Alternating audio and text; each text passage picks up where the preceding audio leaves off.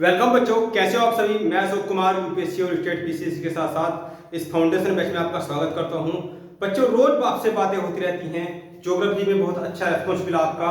आज बायोलॉजी के साथ स्टार्टिंग करेंगे, लेकिन उससे पहले एक छोटी स्ट्रेटजी है। यदि वो पाना है जो किसी को नहीं मिला, तो वो करना होगा जो किसी ने नहीं किया। और यदि आपको अभी तक वो नहीं मिला है जो आप चाहते हैं, तो आपको वो करना होगा जो अभी तक आपने नहीं किया। ठीक है, आइए इन्हीं शब्दों के साथ स्टार्ट करते हैं बात को। देखिए, हमारे जिस बैच का नाम है मिशन सफलता, जो आरएमएस की तरह वर्क करता है, राष्ट्रीय मिलिट्री स्कूल की तरह वर्क करता है। बच्चों को ना केवल आफ्टर 12th कॉम्पिटिशन की तैयारी कराते हैं हम, बल्कि बच्चों को बेस के करने के लिए हमने दो प्रकार के बैच और भी चला रखे हैं मिशन सफलता के तहत ही। यानी कि आपको, हमारा मिशन क्या है, आपको सफल बनाना, आपको सफलता दे जाना। ठीक है, तो सबसे पहले बैच की बात करता हूं, बिल्कुल बेस। ये बैच क्यों बने? हम बड़े बच्चों को ही पढ़ाते थे, लेकिन इन बैच की आवश्यकता क्या जरूरत पड़ी? देखिए क्या होता है, चाहे वो यूपी पुलिस का एग्जाम हो, जिसमें क्या है, अभी अभी 62,000 पद निकले थे, 50 लाख बच्चों ने फॉर्म भरे थे, 16 लाख इसमें से लड़कियां थी। पद तो 62,000 है, जिनका नंबर नहीं आ पाएगा, 50 लाख माइनस 62,000 जो आंसर आएगा, जिनका नंबर नहीं आ पाएगा, उन बच्चों का क्या क्या उन्होंने तैयारी नहीं की थी? तैयारी की थी, लेकिन सही समय पर नहीं की थी।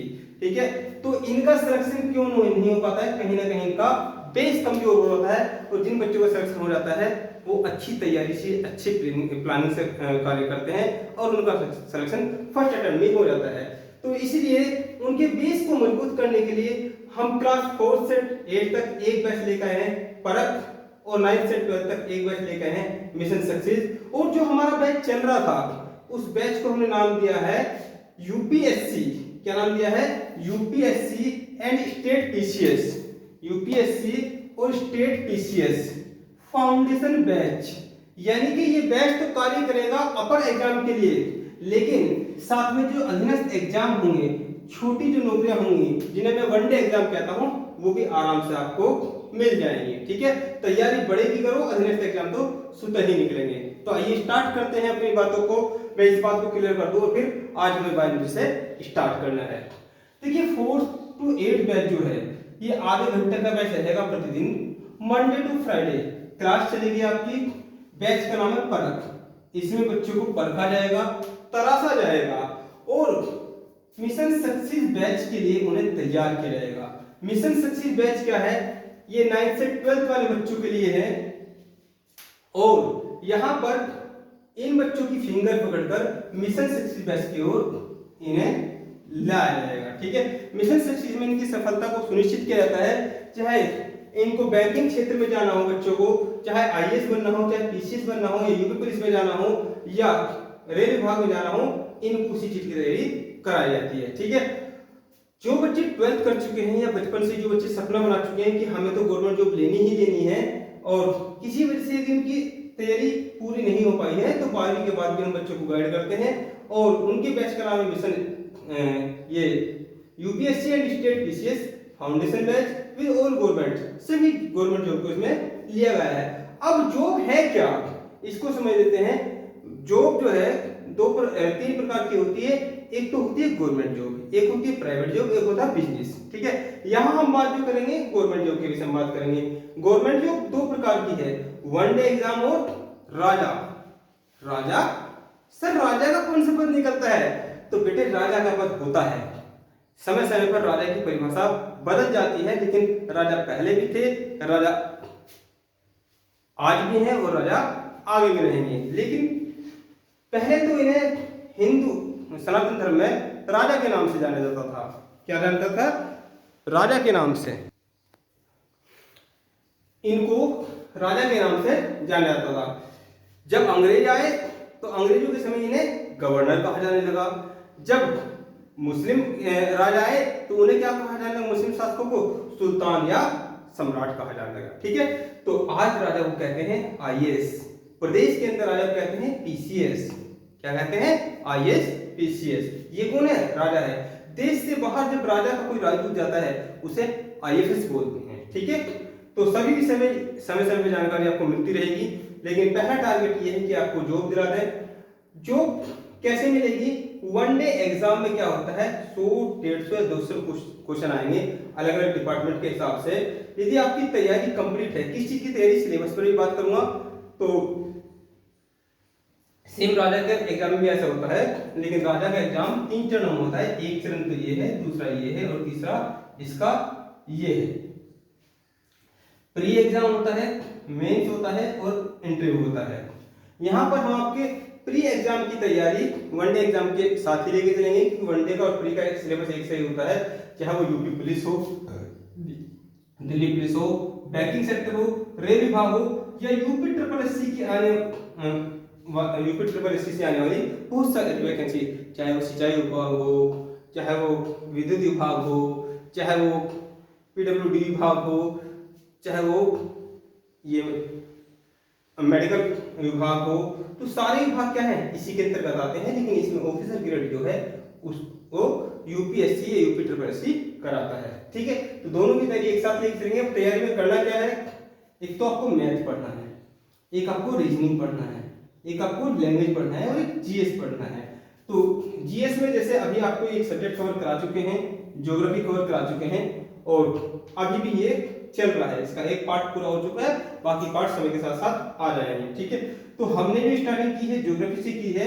आज जो स्टार्टिंग करेंगे, हमने कहा था ज्योग्राफी क्या है, माता है। ज्योग्राफी क्या है, माता है, और बायोलॉजी क्या है, पिता है। बायोलॉजी क्या है, पिता है। तो आज बायो से स्टार्टिंग करेंगे। ठीक है, कैसे है वो बात करेंगे अभी बायोलॉजी के सब्जेक्ट में। अब यहां से बात यह है कि फोर्थ क्लास वाला बच्चा क्या पढ़ेगा। फोर्थ क्लास वाला भी बच्चा इन्हीं सब्जेक्टों को पढ़ेगा, लेकिन वो अपने सिलेबस के हिसाब से, अपनी क्लास के हिसाब से, ताकि उसकी कक्षा में नंबर भी अच्छा आए, उसकी गवर्नमेंट जॉब की तैयारी भी चलती रहे। तो यहाँ इस बच्चे की इस बैच में, परख बैच में 5 साल की तैयारी हो जाएगी, यहाँ पर इसकी 4 साल की तैयारी हो जाएगी, और जब ये फाउंडेशन बैच में आएगा तो ग्रेजुएशन कितने साल का होता है, 3 साल का होता है। तो यहाँ 2 साल में ही इसकी तैयारी कंप्लीट हो जाएगी, और ये आराम से 100% सफलता प्राप्त करेगा, गारंटी है। जिस बच्चे की तैयारी 9-11 साल की हो जाएगी, तो वो यूपी पुलिस के कांस्टेबल का एग्जाम तो क्या, वो आईपीएस के एग्जाम को भी फर्स्ट अटेम्प्ट में ही निकाल देगा। ठीक है, ये स्ट्रेटजी है हमारी। तो जो बच्चे कह रहे थे जब हम स्कूल विजिट करने के लिए गए थे कि सर बायोलॉजी वाले बच्चों के विषय में बताइए, तो देखिए बायोलॉजी चाहे किसी बच्चे ने 12th से बायोलॉजी किया हो, मैथ से किया हो, एग्रीकल्चर से किया हो या कॉमर्स से किया हो, आखिरकार नौकरी तो सबको चाहिए। ठीक है, यदि उसे स्पेशलाइजेशन विभाग में जाना है तो उसकी तैयारी भी यहाँ पर हो जाएगी, चाहे वो उसको मेडिकल में डॉक्टर के लिए जाना हो, नर्सिंग के लिए जाना हो, या अन्य बहुत सारे एग्जाम हैं। जैसे एक एग्जाम होता है किंग की पोस्ट में ये होता है ACFO का एग्जाम, किसका, सॉरी थोड़ा बायोलॉजी की बात आई तो एकदम से बीमारी ने बता दिया कि क्योंकि कोल्ड चल रहा है इस समय, तो इसलिए क्या है, थोड़ा सा कोल्ड है और थोड़ा सा फीवर भी है। तो फीवर की वजह से ये कोल्ड हो गया है, इन्फेक्शन की वजह से। तो ये क्या है, ये जो बायोलॉजी वाला बच्चा है, तो बायोलॉजी वाला बच्चा वो मेडिकल हॉस्पिटल में भी जा सकता है, लेकिन ऐसी कोई बात थोड़ी है कि वो पुलिस के विभाग में नहीं जा सकता, तो पुलिस विभाग में भी जा सकता है, गवर्नमेंट हॉस्पिटल में जा सकता है, किसी भी एग्जाम को निकाल कर। ठीक है, और यदि उसको डॉक्टर बनना है तो उसके लिए बेस यहीं से तैयार होगा उसका। ठीक है, तो करते हैं स्टार्टिंग। जितनी जानकारी मुझे स्टार्टिंग में लेनी थी वो मैंने रिवाइज कराई। अब जो स्टार्टिंग करते हैं वो ज्योग्राफी से, बायोलॉजी से करते हैं, आज के सब्जेक्ट की स्टार्टिंग।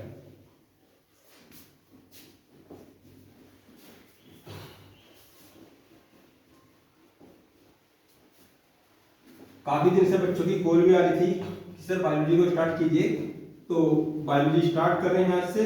और ये वो बायोलॉजी होगी जो आपको किसी भी डॉक्टर से आप डिस्कस करोगे, तो यदि कोई झोला छाप डॉक्टर है तो उससे तो आपको वो तो आपके क्वेश्चन का जवाब भी नहीं दे पाएगा।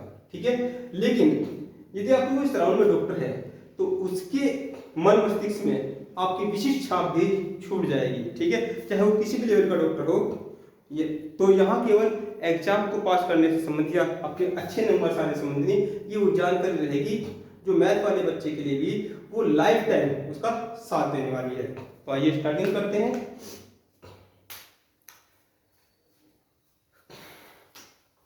यहां पर सबसे पहले समझते हैं साइंस को। साइंस का पार्ट ही बायोलॉजी, और साइंस जब छोटे एग्जाम होते हैं उसमें सिलेबस लिखा रहता है साइंस, विज्ञान। ठीक है, तो विज्ञान में हमें क्या पढ़ना है? विज्ञान की जो सीमाएं हैं वो अनंत हैं। ठीक है, विज्ञान काफी बड़ा होता है, लेकिन यहाँ हमें बायोलॉजी को देखना है, यहाँ हमें फिजिक्स को देखना है, और यहाँ हमें केमिस्ट्री को देखना है। 3 प्रकार की साइंस को हम पढ़ेंगे, लेकिन 3 प्रकार में भी 70% तो हम बायोलॉजी को ही पढ़ेंगे। ठीक है, क्योंकि आप यदि बैंक में हैं तो आपको दवाई की जानकारी हो या ना हो, लेकिन अपने स्वास्थ्य की जानकारी होनी चाहिए। ठीक है, दवाई की जानकारी तो किसको रहेगी? डॉक्टर को रहेगी। फिजिक्स और केमिस्ट्री दोनों को मिलाकर यहाँ 30% आता है किसी भी सरकारी नौकरी में। ठीक है, लेकिन यदि हम बात करें इंजीनियरिंग से संबंधित तो वहाँ फिजिक्स अच्छे लेवल की पूछी जाती है। यदि हम नीट की बात करें तो वहाँ केमिस्ट्री अच्छे लेवल की पूछी जाती है। लेकिन एक बेसिक स्ट्रक्चर आपको यहाँ से 70% में क्या आता है? वो बायोलॉजी आता है। अब बायोलॉजी भी 2 प्रकार का होता है। बायोलॉजी भी 2 प्रकार का होता है।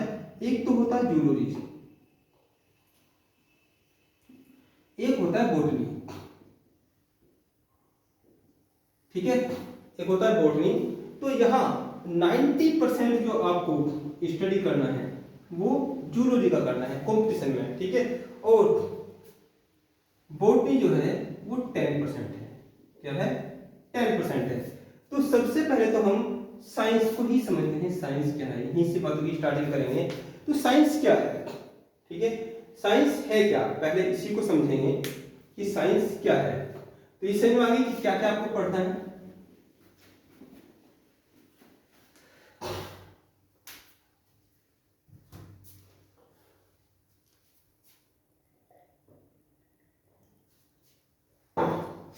देखिए, कोई भी सिस्टमेटिकली नॉलेज, क्रमबद्ध ज्ञान, किसी भी क्रमबद्ध ज्ञान को विज्ञान कहते हैं।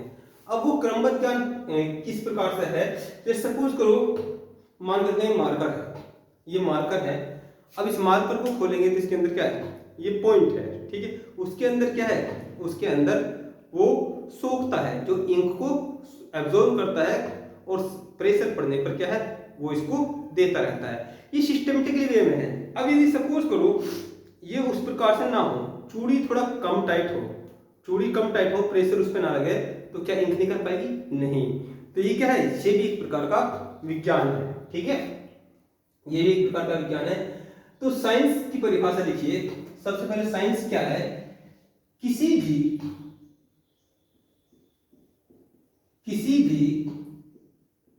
क्रमबद्ध ज्ञान को, क्रमबद्ध ज्ञान को विज्ञान कहते हैं। ज्ञान को विज्ञान कहते हैं। इंग्लिश वाले बच्चे कहेंगे सिस्टमेटिकली नॉलेज को। किसको? साइंस क्या है? सिस्टमेटिकली नॉलेज है। सिस्टमेटिकली नॉलेज यानी कि सिस्टम से स्टेप बाय स्टेप जो नॉलेज मिलेगा वो क्या कहलाएगा? वो साइंस कहलाएगा। Any systematically knowledge called will be science. ठीक है, क्या कहलाएगा? साइंस कहलाएगा। अब यदि हम बायोलॉजी के विषय में बात करें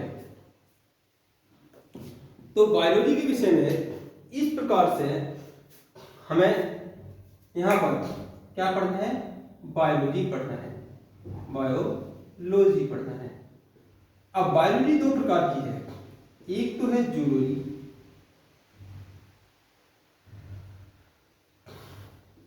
और एक क्या है? बॉटनी।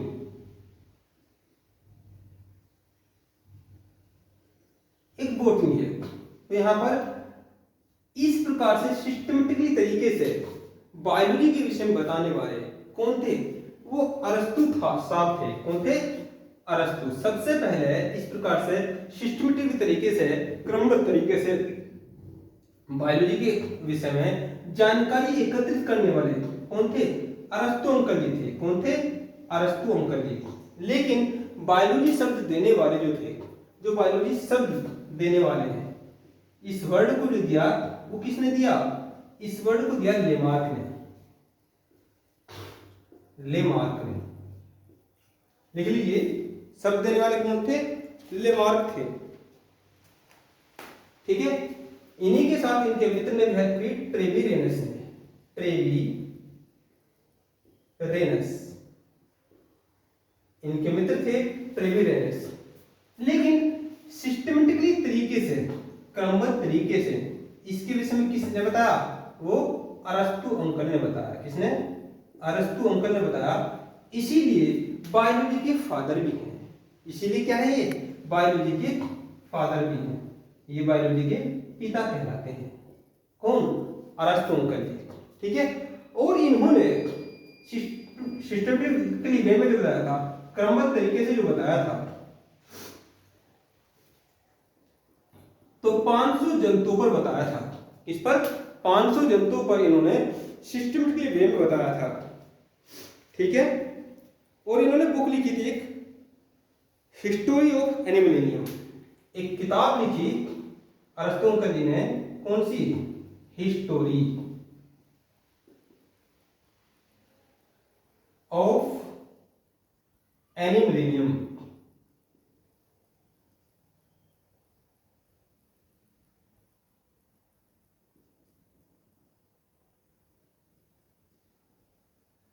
हिस्टोरी ऑफ एनिमलेनियम। तो इसीलिए, क्योंकि इन्होंने इसमें किस के बारे में बताया था? एनिमल के विषय में बताया था, तो इन्हें जंतु विज्ञान का भी पापा कहते हैं। ठीक है। इनका पिता भी कौन है? वो यही है। तो नोट कर लीजिए इस बात को।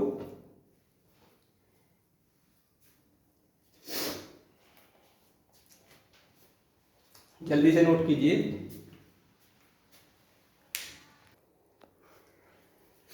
ठीक है। तो नोट हो गया। अब इसी प्रकार से यदि हम बात करें बोटनी के जो पिता हैं, जो बोटनी के पिता हैं वो कौन है? दूसरे अंकल है थियोफ्रेस्टस। कौन है? थियोफ्रेस्टस अंकल है। इन्होंने जो बुक लिखी, इनके द्वारा जो बुक लिखी गई थी, तो जो बुक लिखी तो वो कौन थी? हिस्टोरी। आप ऐसे लिख लीजिए, चाहे ये भी चल जाएगा। History of plantarum.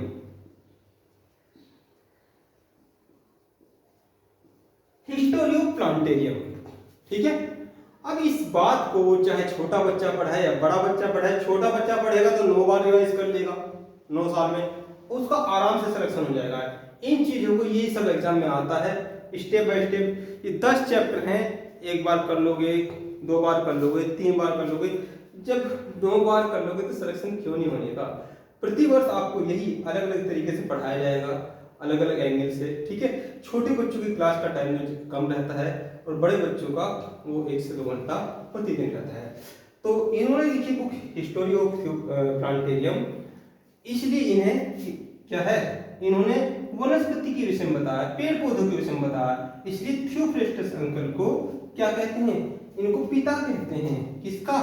वनस्पति विज्ञान का, बोटनी का। ये क्या है? हिंदी वाले बच्चे लिख लेंगे, ये क्या है? वनस्पति विज्ञान। एक बच्चे से पूछा पादाप जगत क्या है, तो उसको ये नहीं पता था, वो हिंदी मीडियम में पढ़ रहा था। ठीक है। ये क्या है? जंतु विज्ञान।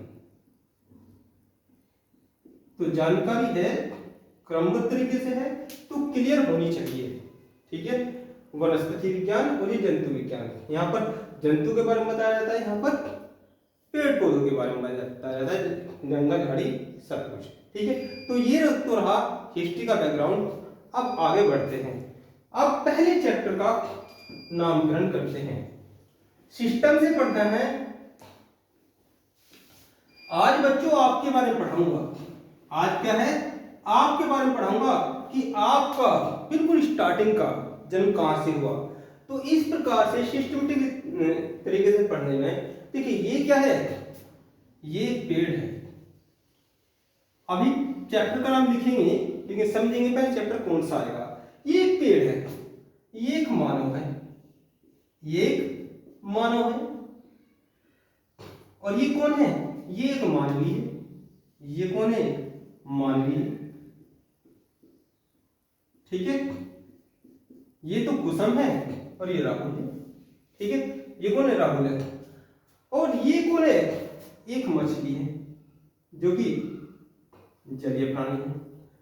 अब ये किस चीज से बने हैं, तो यहां पर जूलॉजी और बॉटनी का दोनों का एक कॉमन चैप्टर है, कॉमन पार्ट है। कौन सा, जो सबसे पहला चैप्टर है वो है साइटोलॉजी। साइटोलॉजी, पहले चैप्टर का नाम डाल लीजिए साइटोलॉजी, ठीक है। पहले चैप्टर का नाम डाल लीजिए साइटोलॉजी।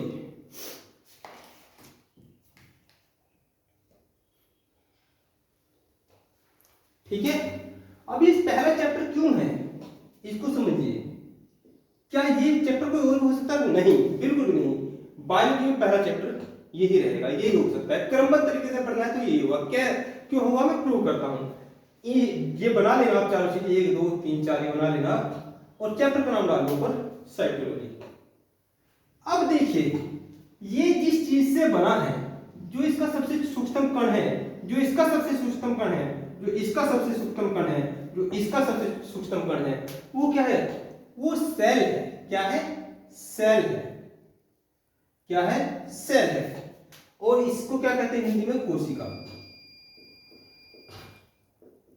कोशिका वो सूक्ष्म कण है, वो छोटा कण है जिसके द्वारा कोई भी जीव बना है। जीव का मतलब जिसके अंदर जान है, जो सजीव है, ठीक है। और ये भी क्या है, ये भी सजीव है, ये भी सजीव है, ये भी सजीव है। क्लियर। तो साइटोलॉजी चैप्टर का नाम डाल दीजिए। फिर आपने चित्र बना दिया है, तो नीचे लिखेंगे साइटोलॉजी के अंतर्गत कोशिका विज्ञान का अध्ययन किया जाता है। कोशिका विज्ञान के विषय में पढ़ा जाता है, ठीक है। कोशिका विज्ञान के विषय में पढ़ा जाता है। अब पहला टॉपिक डाल लीजिए कोशिका। कोशिका या सेल डाल लीजिए, कोशिका या सेल डाल लीजिए, ठीक है। और जो मैं बोल रहा हूं वो लिखते जाइए। किसी भी जीव की, किसी भी जीव की संरचनात्मक, जो संरचना है, स्ट्रक्चर है, संरचनात्मक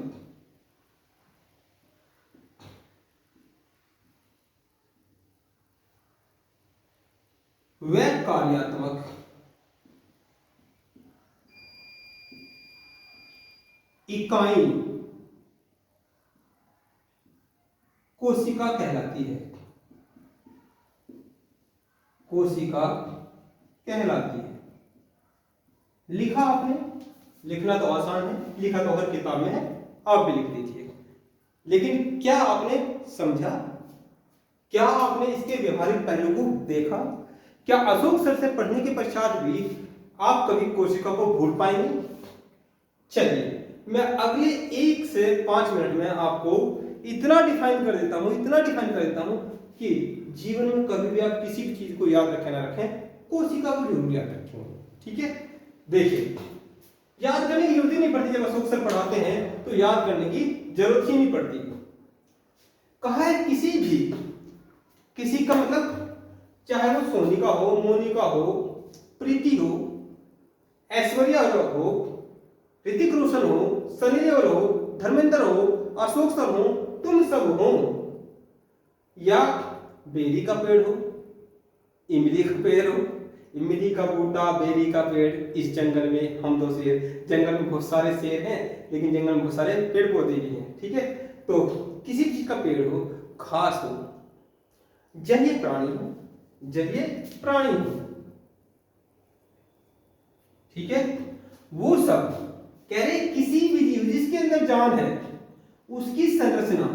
भाई देखिए, पेड़ बड़ा होता है, मानव छोटा होता है, दुबरा घास तो जरासी होती है, ठीक है। मछली ये है, कुत्ता का स्ट्रक्चर अलग है, तो उसे कहते हैं संरचना। क्लियर? तो किसी भी जीव की संरचना और उसकी कार्यात्मक इकाई, मैं बोल रहा हूँ, मैं बोलने का कार्य कर रहा हूँ, मैं लिख रहा हूँ, मैं लिखने का काम कर रहा हूँ, मैं बार बार इधर उधर मटर गश्ती कर रहा हूँ, ये क्या है? मेरी क्रियाएं हैं। क्या है? क्रियाएं हैं। तो ये कार्यात्मक इकाई कोशिका कहलाती है। किसी भी जीव की संरचनात्मक व कार्यात्मक इकाई कोशिका कहलाती है। अब ये इकाई क्या है ये भी समझना है। इकाई क्या होता है? इकाई होता है स्टार्टिंग की चीज। इकाई क्या होता है? स्टार्टिंग की चीज, जिससे स्टार्टिंग होती है। एक मकान बनाते हैं तो मकान बनाने के लिए उसकी इकाई क्या होगी? उसकी इकाई होगी ईंट। ईंट से स्टार्टिंग। पहले एक ईंट रखी, उसके ऊपर मसाला रखा, फिर दूसरी ईंट रखी, फिर मसाला रखा, फिर तीसरी ईंट रखी, धीरे धीरे पूरी नींव कंप्लीट हुई। फिर ऊपर दीवार चली, ऊपर क्या है? सरिया रखा, बीम डाल दिया, फिर ऊपर दीवार, फिर दीवार बनी, फिर ऊपर लेंटर डाला, साइड में पिलर भी चले। लेकिन स्टार्टिंग कहां से हुई? उस ईंट से। तो भवन के लिए ईंट क्या कहलाएगी? इकाई कहलाएगी। इसी प्रकार से गेहूं का खेत है, उसमें 5 क्विंटल गेहूं होते हैं। तो स्टार्टिंग तो पहले जो एक बीज बोया था, जो इतना सारा गेहूं हुआ किससे? एक बीज से हो। जो बीज बखेरे थे तो 5 किलो बीज बखेरे हैं, गेहूं हुआ 5 क्विंटल। तो इकाई क्या हुआ? गेहूं हुआ। क्या हुआ? गेहूं हुआ। तो इसी प्रकार से जीव जो बनता है वो कोशिका से बनता है। जीव जितने भी कार्य करता है कोशिका के माध्यम से करता है। इसलिए किसी भी जीव की संरचनात्मक व कार्यात्मक इकाई कोशिका कहलाती है। ठीक है? तो ये आपने लिखा।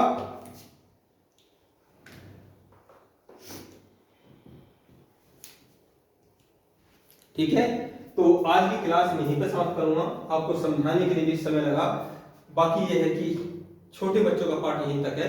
ये पार्ट बड़े बच्चों के लिए भी आएगा और इसमें जो बड़े बच्चों के लिए क्लास होगी उसका टाइम ड्यूरेशन ज़्यादा होगा। ठीक है? तो धन्यवाद। यहीं पर आज की इस क्लास को करते हैं। बाकी कोई भी क्वेश्चन हो आप मुझसे कर लेना। ठीक है? ये गारंटी 100%। जब आप यहाँ से साइंस पढ़ोगे तो 100% आपके एग्जाम में भी अच्छे नंबर आएंगे और ऐसी कोई सी नौकरी नहीं होगी जो आप ना निकाल सकें। ठीक है? तो बाकी बच्चे मेरे इस नंबर पर कॉन्टेक्ट भी कर सकते हैं 84 49 30 40 62। मेरा नाम अशोक है। ठीक है? अशोक सर। बाकी उसी तल्लीनता के साथ जिस तरीके से आपने ज्योग्राफी को ऑब्जर्व किया था ये भी सब डिलीवर हो जाएगा आपको। ठीक है? धन्यवाद। आज के बैच को, आज के लेक्चर को यहीं पर समाप्त करते हैं।